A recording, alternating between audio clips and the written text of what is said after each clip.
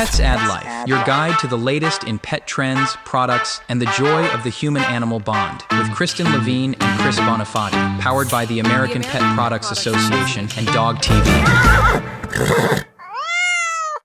All right, welcome everybody to another episode of the Pets Add Life podcast. I am Chris Bonafati, joined as always by the remarkable and radiant Kristen Levine. Kristen, how are we doing today? It's my birthday. I'm doing great. Happy birthday to you. Happy birthday to you. I won't do the full thing, but I heard you're turning, you said 34 earlier 34. On the shows? Yeah, again. I mean, you look radiant, as I said, for a 34-year-old. It was fresh so much out of fun college. The first time. It was so great the first time I thought I'd turn 34 again. So. Yeah, why not, right? Yeah, why not? Well, happy birthday to you. And we've got a great show lined up for your birthday, don't we? We sure do. We're talking to a couple great guests. One of them I feel like I know, but I've never actually met her in person, so I'm excited for that. That's, we'll tell you about who that is later. Yeah, we'll get to all of that good stuff. And we're still I'm still here at home, where this is like part 2 of our little snowed-in recording session, because we are in the depths of winter. But unfortunately here in Connecticut, it's not that fun. We always get like this icy sludge type stuff.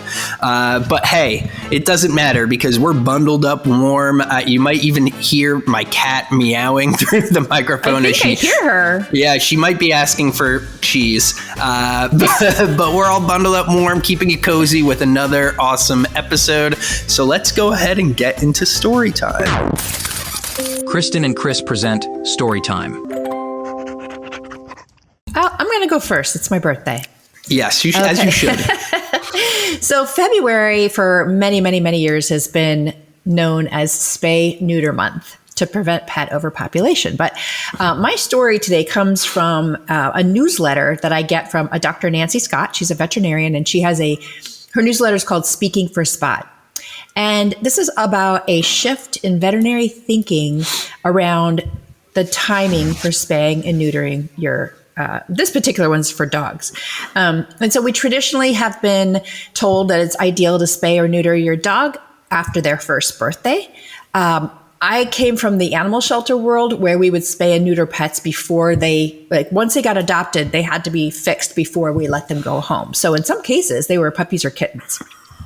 But the research suggests that the timing might not be right for every breed and for every male or female. So this is a UC Davis study.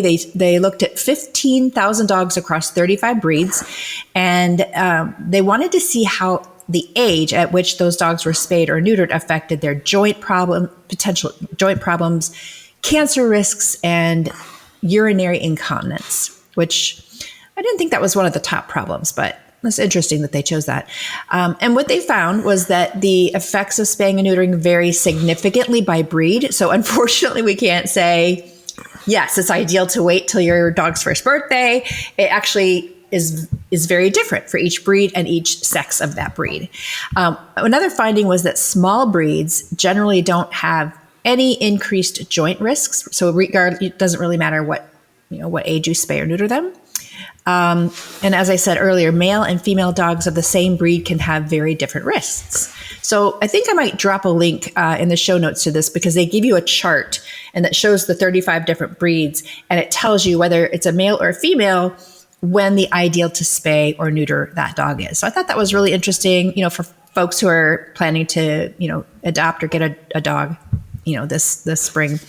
But having said all that, I think it's important to remember that the bottom line is it's about preventing unwanted litters too. So you kind of have to balance the ideal, what's best for your dog's health with, are you able to, do you have the ability to prevent unwanted litters that ultimately contribute to pet overpopulation? So I thought that was interesting. I'll send Ron the link so we can pop that in the show notes if you want to look up your particular breed and see what the findings show. That's great stuff. You're bringing the science today, Kristen. Yeah, I didn't want you to be the only sance guy. That's I geek good. out too. Yes, obviously. And it's funny. I was just talking to somebody who's maybe 60, 65 years old, and he was saying, just kind of out of the blue, that there's no stray dogs anymore. And that has a lot to do with spay and neutering and, you know, really taking care of that. There's just like, he was saying when he grew up in this area, there would be 3 stray dogs that followed him down the road when he rode his bike, hoping that he'd stop for a sandwich and give him some food. And he's like, I never had a problem with the stray dogs, but they're not here anymore because we've changed, and it has a lot to do with spaying and neutering. Yeah, I think it's a combination of that. Obviously, people are a lot more aware of the importance of spaying and neutering, but I think also back, and I don't know when he was referring to what decade, but we also have a lot more rescue groups. People are fostering unwanted pets. So we still do have an unwanted pet problem, but, you know, we just got to keep spreading the word about being responsible. We've made great improvements. We have. Speaking of great improvements, I'm going into the world of politics, but I'm staying away from American politics. I'm going across the pond, and I'm visiting our good friends in Scotland.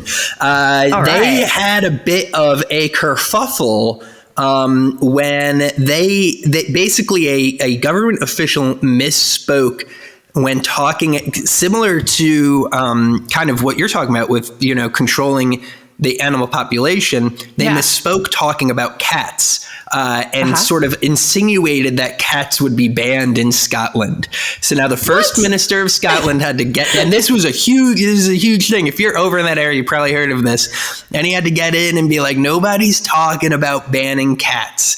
The premise was we got to promote the concept of indoor only cats because outdoor cats, they get into the ecosystem and they mess it up entirely. They take out all the birds, I mean, I know that our Maine Coon growing up, I don't think I saw a rabbit from age 10 to age 20 at that house. Yeah. Like, and I saw them all the time growing up. And then that cat came in, and there were no more rabbits. there were rabbit carcasses. So I just think it was very funny that this guy had to basically put out a press release and say that we were speaking on cat containment measures that basically would be restrictions on introducing cats to households in vulnerable areas that they've now gotten rid of because that was interpreted by some as effectively a ban. And he said, let me just clear this up today. The government's not going to be banning cats or restricting cats. We've no intention of doing so and will not be doing it. Funny. Which is, you know, that's... Had a little problem. Yeah, the lighthearted politics of Scotland are dearly missed right now here in the United States. I wish that was our biggest scandal, but hey, alas, I know, wouldn't that be great? That would be great. So don't worry, to all 6 of our Scottish listeners, nobody's coming for your cats. Beyond the Leash, exploring the untold stories of pet passion and professionalism. I am super thrilled to welcome Tori Mistick, a digital marketing expert, dog blogger, and podcast host who's built an incredible brand around pets, also lifestyle and entrepreneurship. And she's the creator of Wear, Wag, Repeat, which I love. I love that name. It's an award-winning blog and podcast that helps dog lovers and pet business owners thrive. And as a certified canine enrichment specialist, Tori shares science-backed activities to help dogs live happier, more fulfilled lives. And she's also a social media and branding expert, helping pet businesses grow their online presence. So whether she's crafting a dog-friendly content or hosting top industry experts on her podcast, Tori is a leading voice in the pet space. So today, she's here to talk about the booming world of pet influencers, dog-friendly social media trends, and how to make every moment count with your dog. Welcome, Tori. Thank you so much. Wow, I'm exhausted just listening to Tori, you should like, I don't know what I'm doing with this job. You should have this job. What am I even doing here? Well, you've been busy. You've been doing so much in the pet industry. Now, your journey started with this passion for fashion, and I love what you're wearing today, by the way. Got my little dog. But you became one of the leading voices in the dog blogging world and social media. So what led to the fashion to the dog sphere shift? Well, you're right. When I started my blog, Wear, Wag, Repeat, it was called that because it was I wear it, they wag it, and then we repeat. And it was just kind of about how every day we're having fun with our outfits and having fun with my dogs. And so early on, I thought I was going to be like the next big fashion blogger for sure. But as I started blogging, my dog blog posts got a lot more traction. And the dog blogging community, unsurprisingly, was a lot more friendly and welcoming than the fashion blogging community. Yeah. Right, can imagine. Interesting. So you might have been able to guess that before I started, but I found that out the hard way. And it was really a kind of a happy accident because I ended up going down this dog path, and I've been blogging about dogs for 12 years almost. And I've met so many wonderful people, and obviously over the years I've gotten certified in canine enrichment, and I've really leaned into this, and I love sharing about life with dogs and helping people, not take things too seriously and just kind of have fun with their dog. Yeah, that is the motif of the pet industry. Don't take it too seriously. You'll be Right. a weirdo if you do. But even though you're not taking it too seriously, Wear, Wag, Repeat has been a pretty big success. So, what do you think has been the key to building a strong pet brand online? Really making your mark.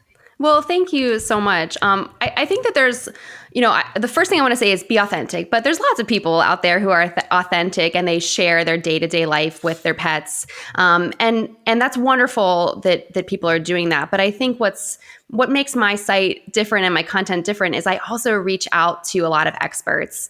So I've been hosting my podcast for 5 or 6 years, and I've interviewed hundreds of people. And I love to reach out to sources, even just from my blog posts, to make them, really trustworthy. I'm just a lifelong learner. So that's why I'm always trying to find some new certification or new thing to do. And I love being able to connect pet parents with all the experts that I have access to, because I know a lot of people don't. So, if you're going through something with your pet, not everyone can call up 3 vets that they're friends with and a behaviorist and a nutritionist and everything like I can. And so I like to then share that with everyone so we can all benefit. Yeah, and on the business side, you've helped a lot of pet we call them petrepreneurs in the pet space. So they're entrepreneurs in the pet business area. You've helped so many grow their business. What is one of the mistakes you see them making? Let's take social media, for example. Yeah. So on social media and just kind of in marketing in general, I see a lot of pet brands who are just starting and they're really excited about their product or service or whatever it is that they have. And they want to tell you all about what it includes. So let's just say it's like a joint supplement, for example, and they want to tell you it has all these amazing ingredients and this is why we chose these ingredients and it's been tested by these people. And I think kind of the disconnect or the mistake that they make is that pet owners, they really want to know, is my dog going to be able to run and play and have fun for as long as possible? So I think one of the mistakes is using your social media as like your product page with the listing of all the ingredients or the features. And instead, you want to kind of use that space and that platform to share videos of your real customers, like what they're sharing on social media, which, might look basic or not that interesting because it's just their dog going on a walk. But maybe for that person, your joint supplement made it possible for them to go on that walk. Right. And so it's like those little magical moments about life with dogs that I think can kind of get overlooked because people are looking for the big, exciting, sexy content to share, or they want to share just like a list of ingredients. And it's really kind of about those like little magical moments, I think. Yeah. I always say, entertain, engage, inform in that order. And nobody goes on social media to learn. You got to trick them into it. You got to trick them into learning. Right. Yeah. Go ahead, Chris. Oh, yeah. So I wanted to talk a little bit about there's a lot of people out there who they adopt a dog or a cat and they have everybody's got a nice camera on their phone and they think, I'm going to be the next big thing. I'm going to be the next Bunny the poodle or Magnus the therapy dog, right? So what advice do you have for somebody who really wants it and maybe they've got the right setup and they've got the chutzpah, but they have no know-how. They've never done anything like this before. What's your advice to them? So number one piece of advice is just start. You got to start somewhere. So I think a lot of us, we get that analysis paralysis where you're just there's too many options. I don't know what to do. I can't even handle it. So that's what's stopping a lot of people from pursuing if they want to be an influencer or start a pet business or whatever it is. So one, just start because like we said, it's not that serious. You can just start somewhere. Everyone has to start somewhere. And then I think really if you do want to become a pet content creator or a pet influencer or pet blogger, you have to kind of take some time to really think about what's going to make you unique. What's your unique value proposition? Yeah. So why should someone follow you? What's so cool about you and your dog? And you might think, well, nothing, we're just like everybody else, but I'm sure there is something unique and special. And so you have to just kind of think about what that is and really hone in on it. So you think about my friend whose account is My Canine Life, her dog, is always carrying around this stuffed animal. And so she's got all these pictures of their travels all over the world of her dog holding this stuffed animal in amazing locations. And that's their thing.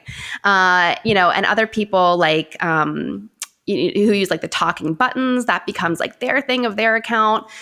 So you just have to kind of find what your unique thing is and really lean into it. And I've heard a lot of people talk about Mamba mentality with social media. If you're familiar with Kobe Bryant took a lot of shots, but we only remember the ones that went in. And you have to just keep post through it. And not every single one is going to be a hit, but if you're not posting, you're not going to hit the algorithm. Right. I think it's Wayne Gretzky, right? You got to take shots to make shots or something like that. Yeah. More sports analogies. Let's just keep throwing them out. Kristen, you got a sports analogy in your back pocket there? That's all I have. I can't do anymore. Well, I don't have a sports analogy, but I do have a question for you, Tori. So you host the Wear, Wag, Repeat podcast, which has over 340 episodes and 200,000 downloads. Chris and I are on episode 52. This is our 52nd episode. So we are very envious of your success and just curious to know what some of your favorite interviews or favorite moments from your show have been.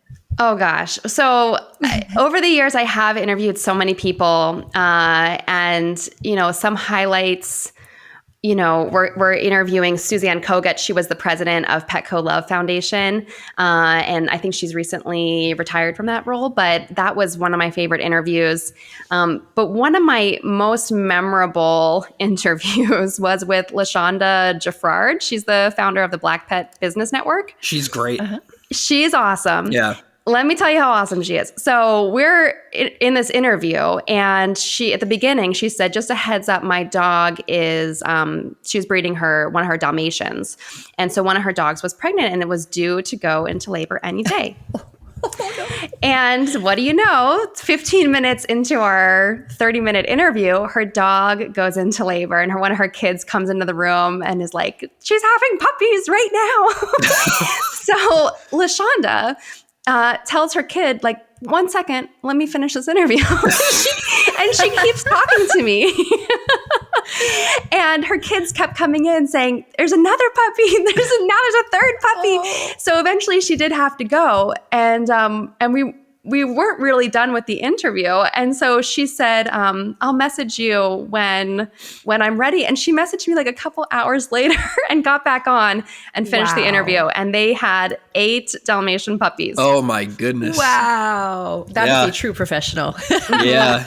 8 Dalmatian puppies, 93 away from 101, but still a big litter. So social media is constantly changing. With TikTok, you kind of have like a sound of the week and stuff like that. But on top of that, there's sort of, as somebody from the fashion world, you probably know the difference between fad and fashion, right? There's the fads that happen quickly and the fashion that sticks around for a bit. So what do you think is the next social media trend that will be fashion, the thing that's going to stick for a little bit that people can get behind and sort of put their stake on? Well, it's hard to predict trends. And I think anytime you do, people end up being like, well, that didn't happen.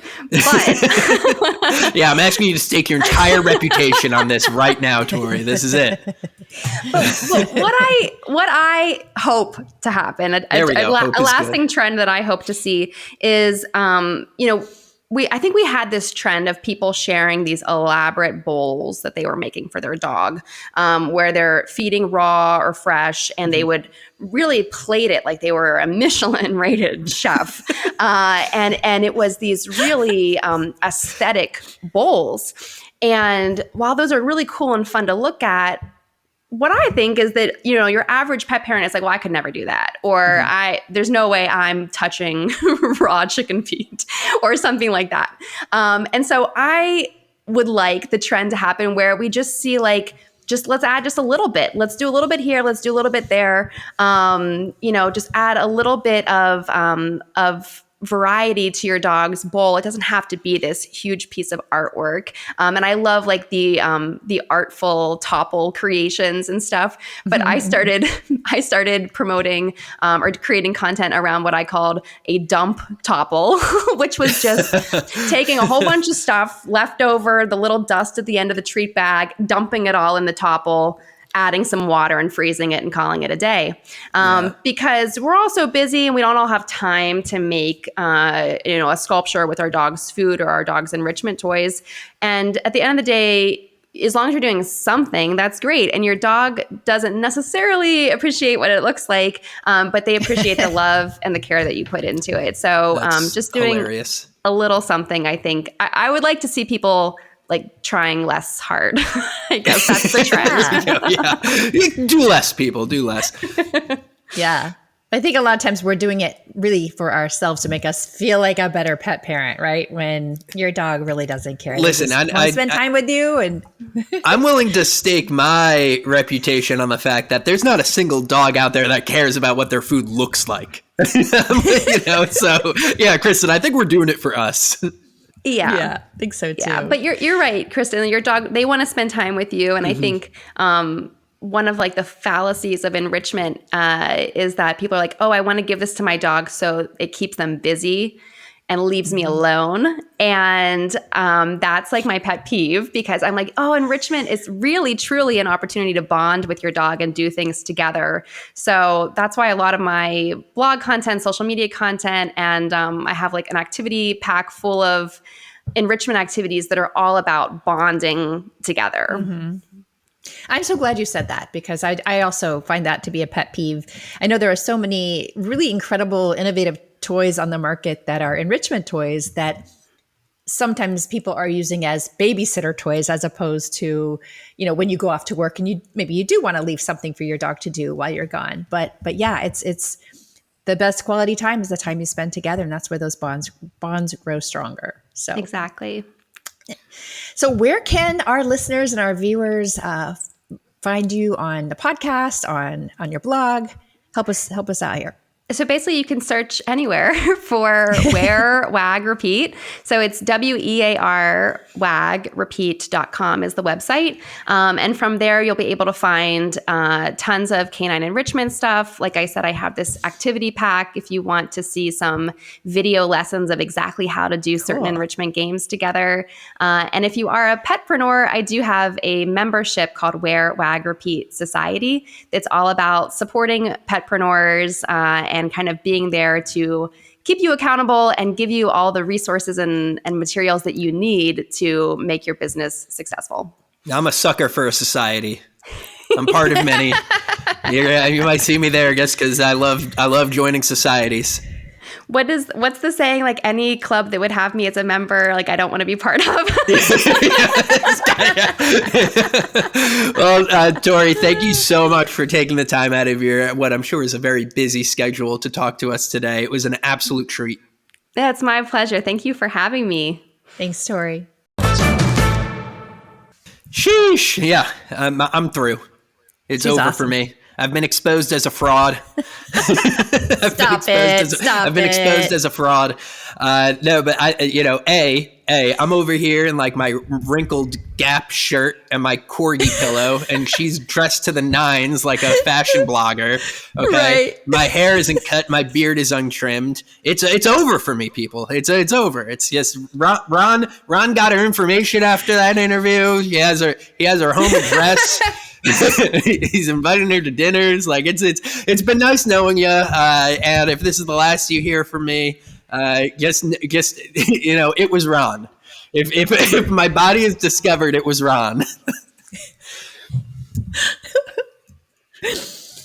Oh, man. Pets Add Life. Joining us today is Layla Morgan Wilde, a leading voice in the world of feline advocacy, holistic cat behavior, and cat-centric storytelling. Layla is the founder of Cat Wisdom 101, an award-winning online magazine that has been educating and inspiring cat lovers since 2011. She's also the creator of Black Cat Awareness Month, a movement dedicated to reshaping perceptions of black cats and increasing their adoption rates. Layla's journey as a cat expert spans decades, from founding Annex Cat Rescue in Toronto in 1997 to becoming an award-winning writer, photographer, and consultant on all things feline.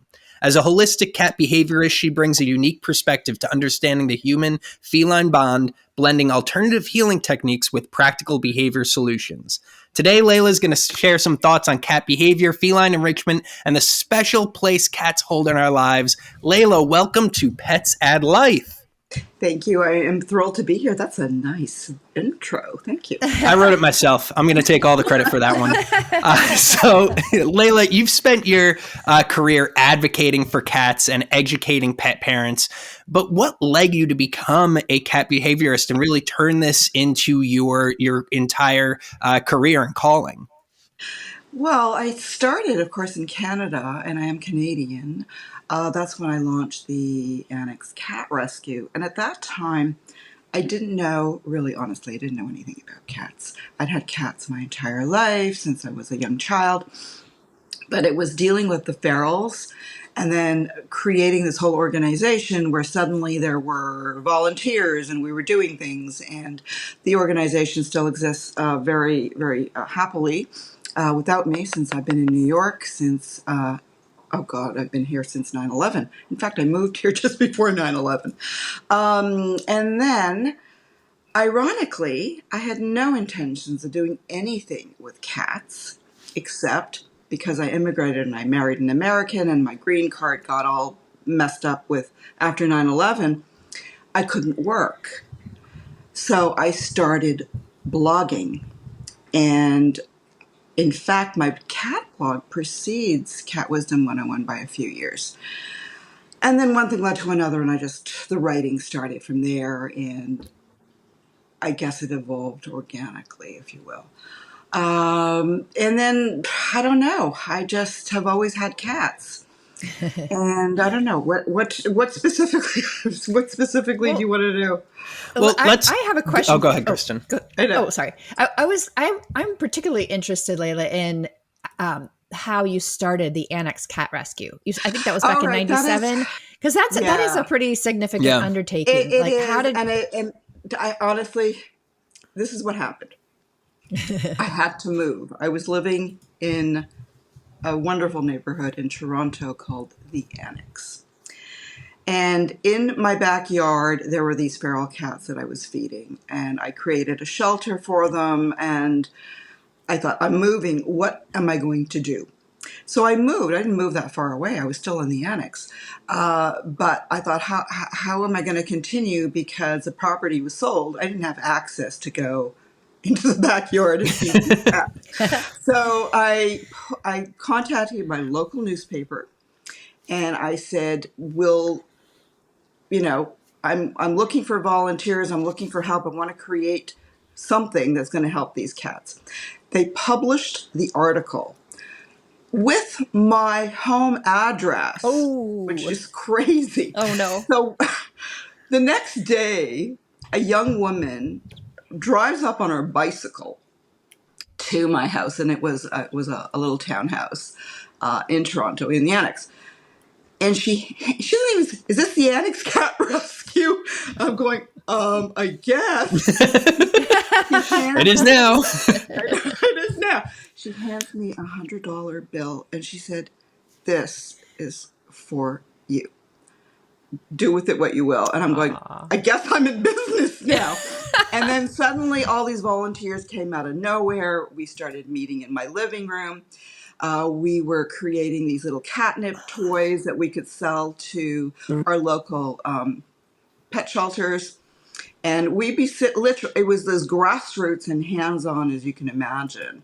And one thing has led to another. And before you know it, we had people that were a little more experienced than I was in TNR, but I certainly learned. And then other people, we had an attorney that took care of legal stuffs. And one thing just led to another, and it just blossomed.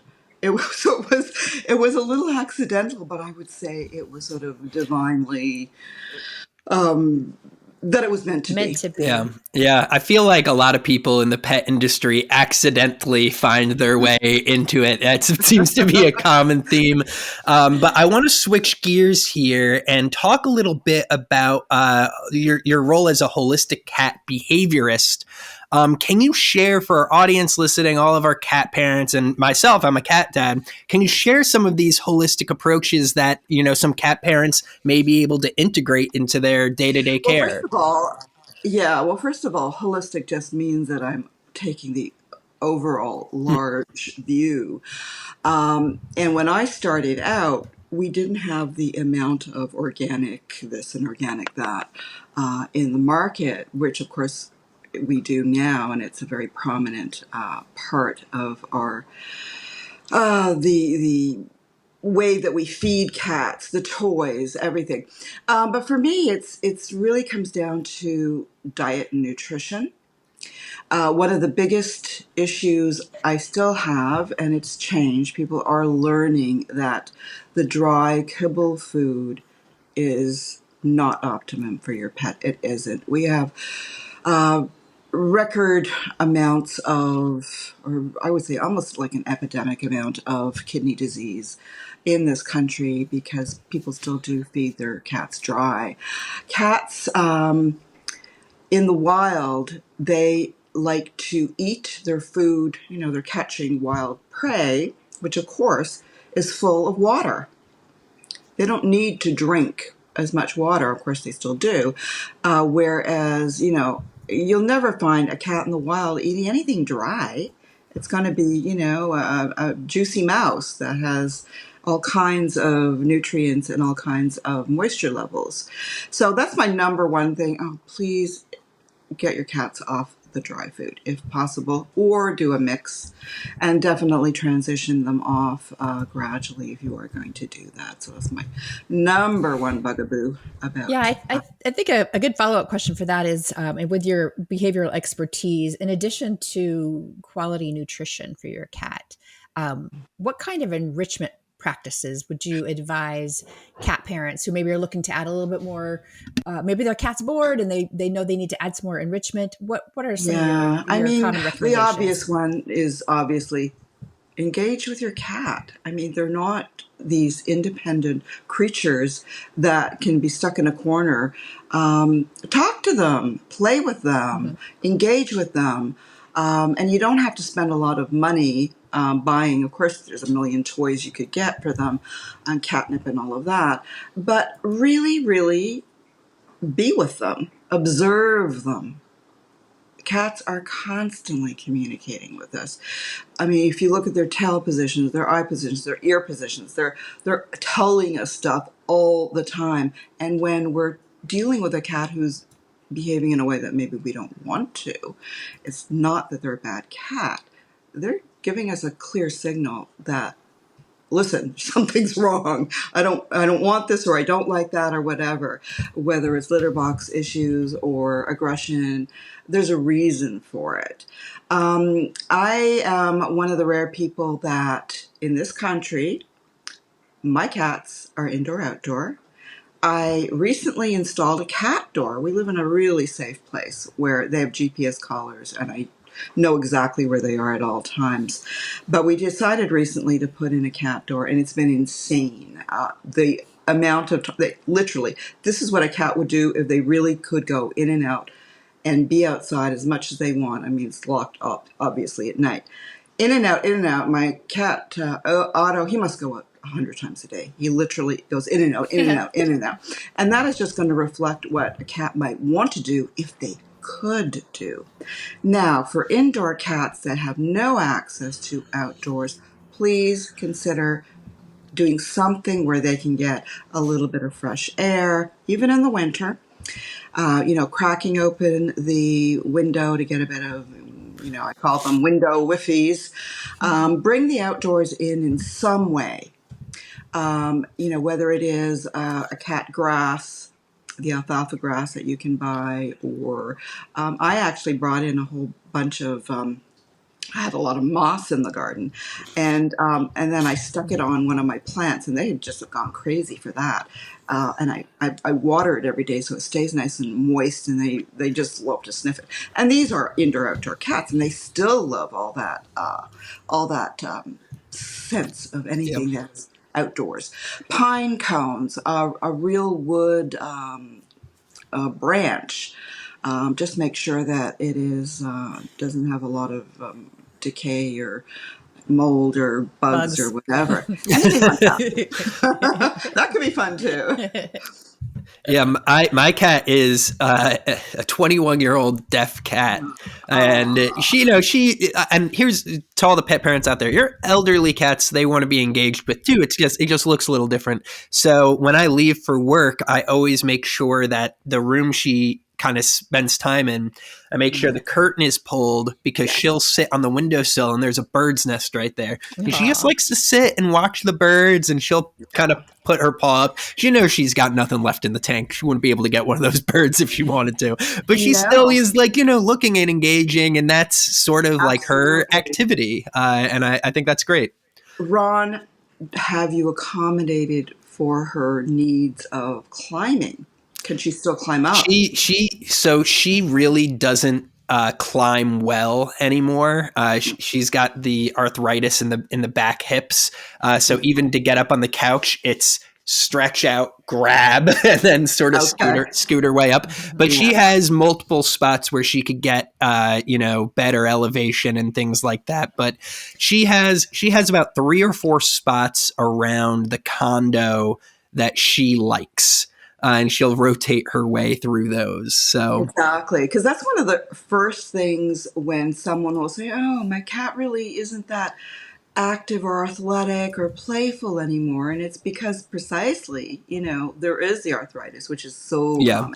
So that's the accommodations. Oh my goodness, my cats are both 14, and they're like 2-year-olds. They're insanely athletic. But my last older cat, Clyde, my black cat who lived to 20, I started to have to accommodate all kinds of things. So there were, extra, I would put a chair in front of, let's say, a dresser that he'd want to jump. Yeah. So there'd be little layers. Yeah. And of course there's all kinds of cat stairs that they sell now. But just to make sure that all the cats, if they have a windowsill or whatever, that they have easy access to get up there, a ramp or something.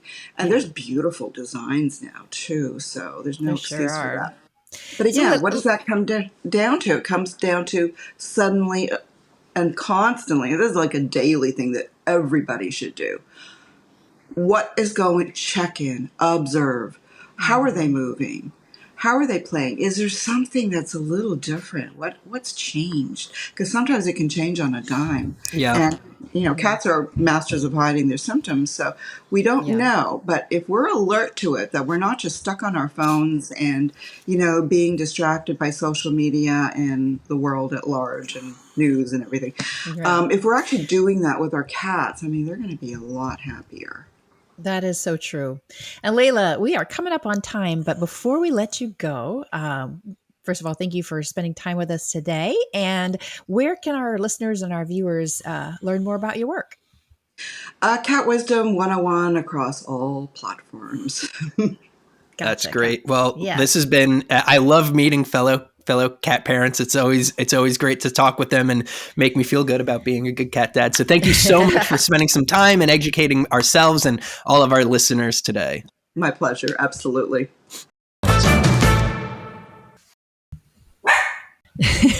Tulip enjoyed that interview. Yeah, the round of applause from Tulip was incredible. But I always say it's great to have some cat experts on. And, an interesting point that Layla brought up in our little outro there was the how much longer cats are living now, right? Like it's not, I always say it's obscene that Tiger's 21, but she's like, that's the norm now. When you adopt a cat, that's almost a 20-year commitment. Yeah, we're better pet parents these days because we have more knowledge and resources and better nutrition and all that good stuff. Yeah, things are looking up. But hey, if if you're considering adopting a cat and you're like, wow, 20 years is a long time, there are plenty of older cats who need a nice home, and they're already going to be litter trained and they're going to be more mild mannered. So maybe consider that if you're looking for more like a 10-year long commitment. Tulip agrees. The product of the week.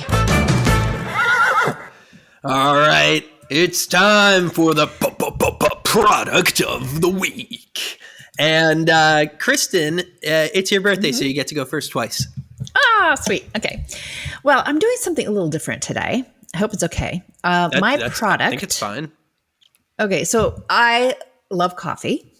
But I'm kind of tired of drinking what I've been drinking at home. So I thought, let me try something new.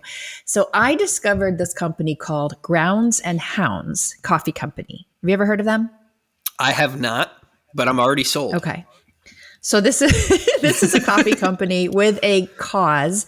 And to put it in their words, they say, beyond creating the best cup of organic and eco-friendly coffee possible, Grounds and Hounds was created with an overarching purpose in mind, and that is to provide every at-risk pet with a second chance at a great life. So what they do is they donate 20% of proceeds to shelters, rescues, and it started out just dogs, but now they're doing it for both dogs and cat rescues. So I found, I'm going to order this because it sounds great. They've got great reviews, hundreds of 5-star reviews, and they have a blend called Snow Day that I'm going to order for you. That'd be appropriate for today. So I'm sure a lot of our viewers and listeners drink coffee. And if you're ready to try something different, check out Grounds and Hounds. They have a coffee club. They've got, they also have a lot of merch. And just at quick glance here, it looks like they've got about 30 different coffee blends. So I'm sure you can find something you like, and you're going to be helping homeless pets at the same time.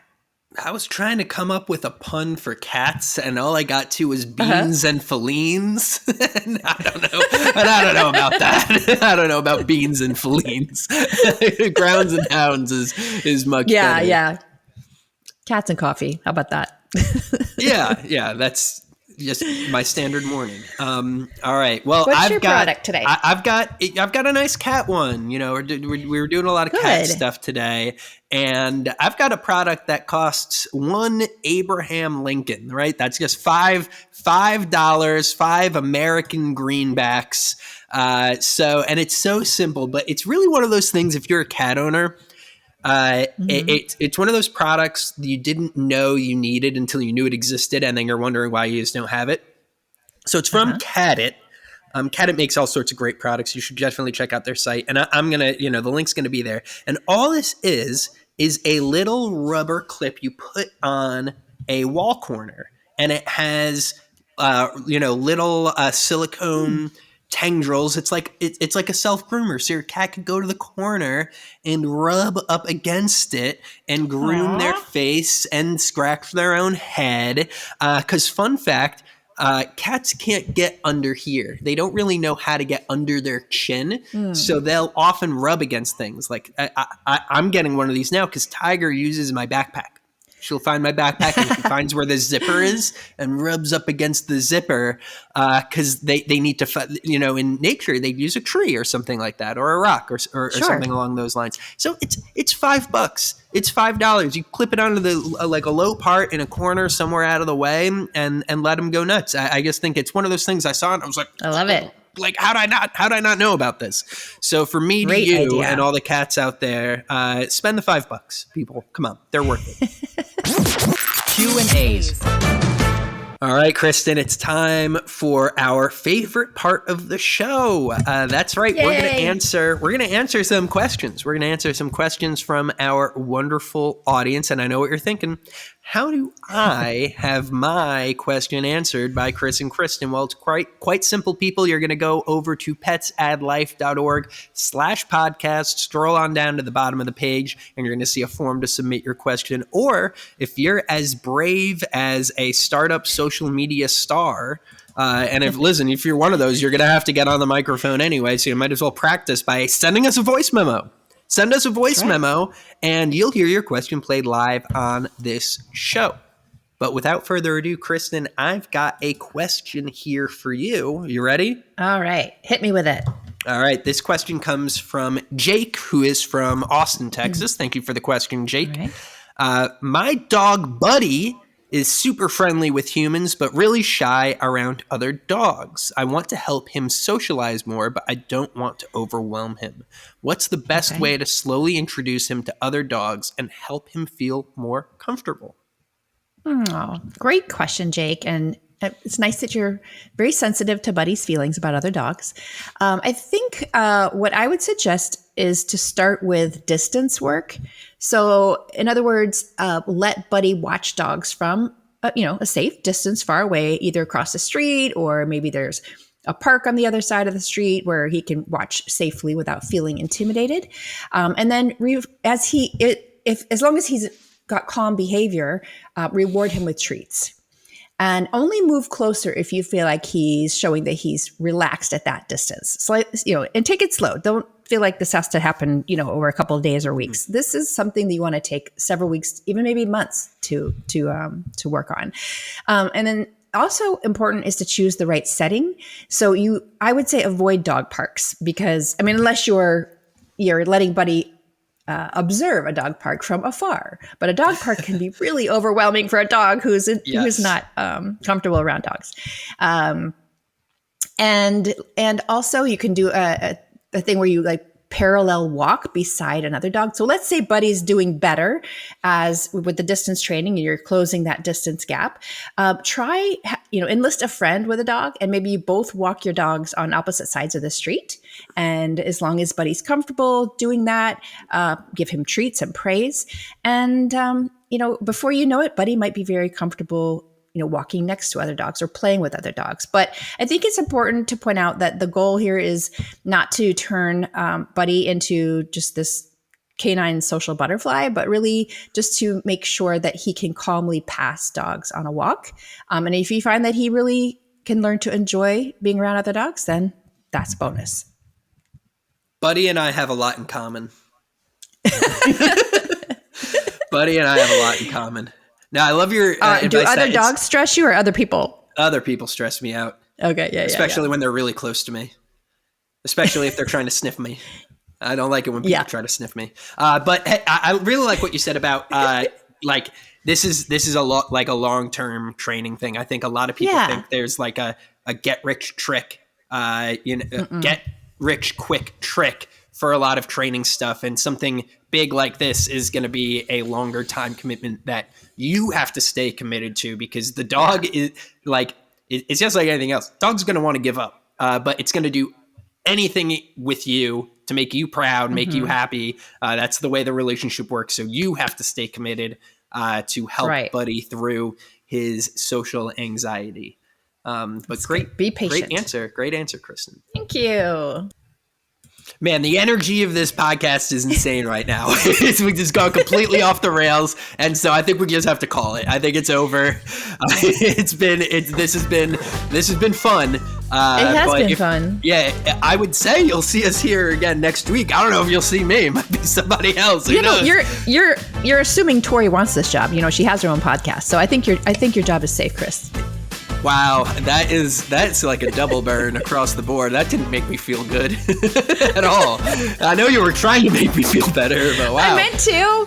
It's okay. It's all right, people. Well, if you want to make me feel better, here's something you can do. You can follow us on Instagram and TikTok. I know I said TikTok was going to die, but they brought it back.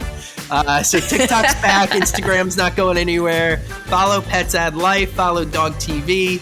Get in the comments, talk about how wonderful I am, really boost my spirits. Try to give me some job security, people. So talk about all the funny things Chris says that nobody else could possibly come up with. His beautiful, dark, twisted mind just keeps you entertained and glued to your television set for hours on end. Dog TV's got a new fast channel, so download that if you've got an Amazon Fire Stick or whatever else that works on. It's all sorts of good stuff, right, Kristen? It's Kristen's birthday. Happy birthday! So get in the comments too and wish her a happy 34th birthday. And I would also like to say thanks for the birthday wishes and bon voyage until next week. No comment.